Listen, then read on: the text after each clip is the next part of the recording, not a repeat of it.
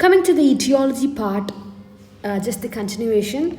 So again, I just want you people to be attentive. The causes of anemia can be broadly classified as follows: nutritional anemia, anemia due to chronic blood loss, hereditary anemia, and anemia due to increased cell destruction, anemia due to bone marrow insufficiency. The first one, nutritional anemia, we have iron deficiency and folate and vitamin B12 deficiency, anemia due to chronic blood loss, hookworm infestation, heavy periods antedating pregnancy, hemorrhoids.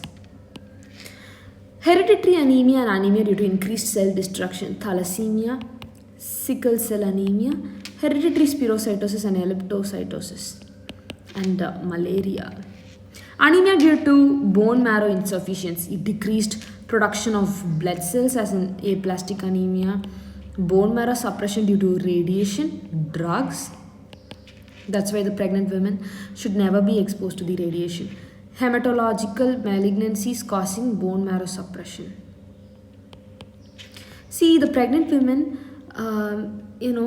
X-ray and CT, X-ray as well as CT, both of these are contraindicated in pregnant women.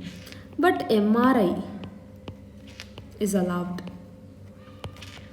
Coming to nutritional causes of anemia. In India, nutritional causes contribute to nearly 50 to 55% of cases of anemia during pregnancy. An active bone marrow requires not only iron but also traces of copper and zinc, folic acid, vitamin B, vitamin C, and protein for hemoglobin formation.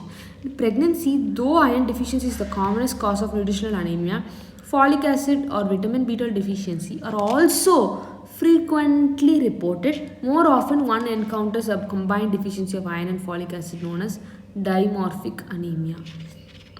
So what is dimorphic anemia? Deficiency of iron as well as the folic acid.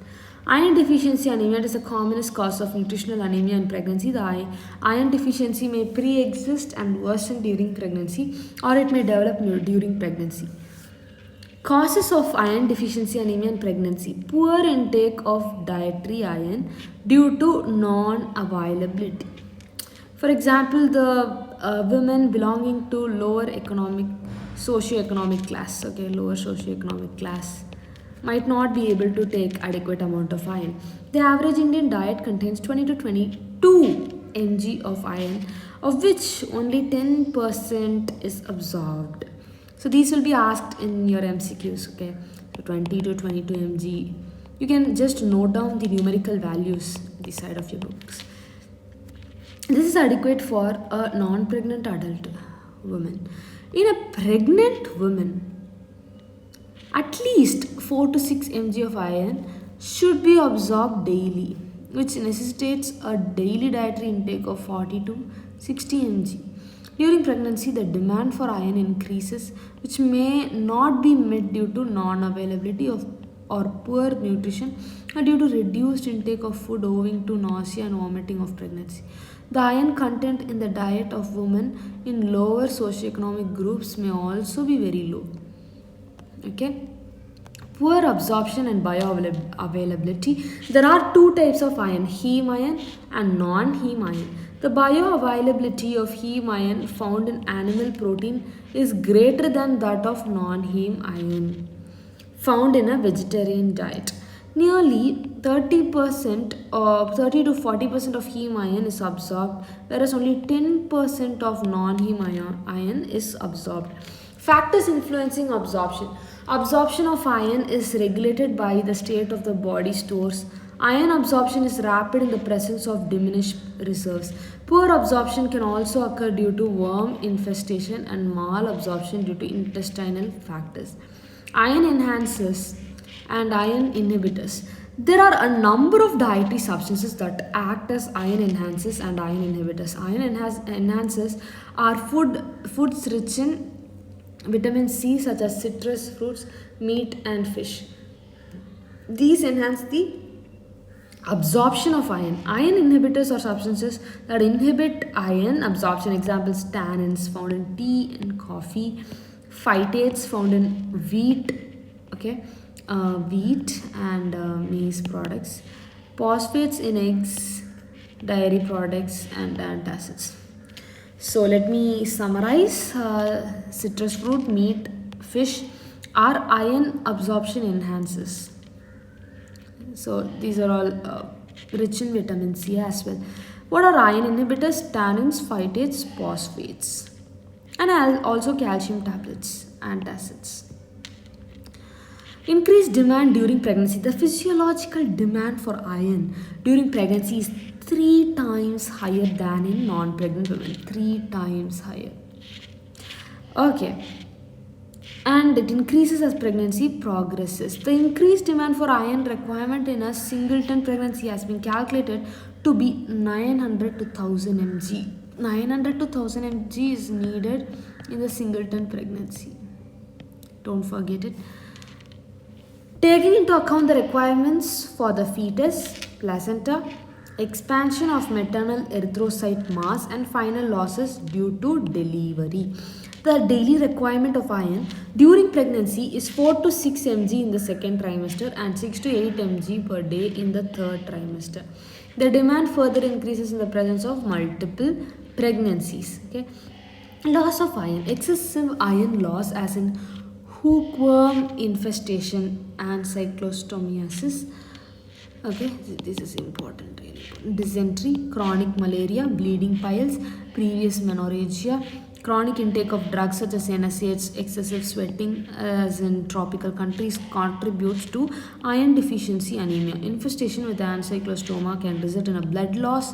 Blood loss. Infestation with ancylostoma results in blood loss of 0.2 ml per worm per day. This is important. Bacho, this is important. Coming to the next page. Iron requirement during pregnancy. Okay. Yes.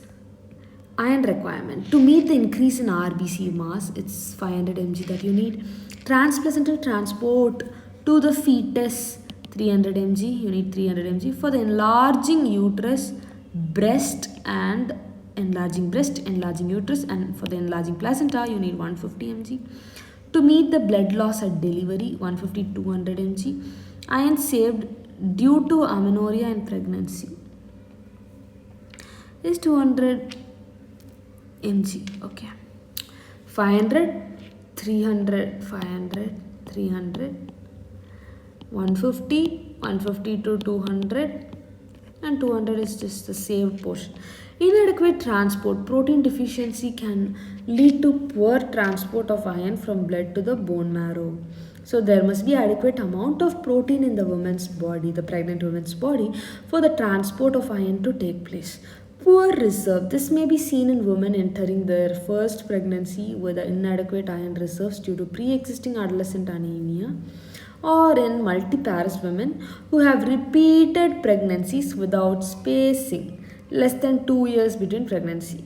In women who have prolonged lactation and those with a previous postpartum hemorrhage. Okay, these are important factors predisposing to iron deficiency anemia. Coming to chronic illnesses such as recurrent urinary tract infection, renal failure number 2 with erythropoietin deficiency, and achlorhydria are contributing factors for iron deficiency anemia. Okay, just highlight these points. 1, 2, and 3. Okay. Stages. What are the stages of iron deficiency anemia? So let us see about the stages in the next video. Thank you all.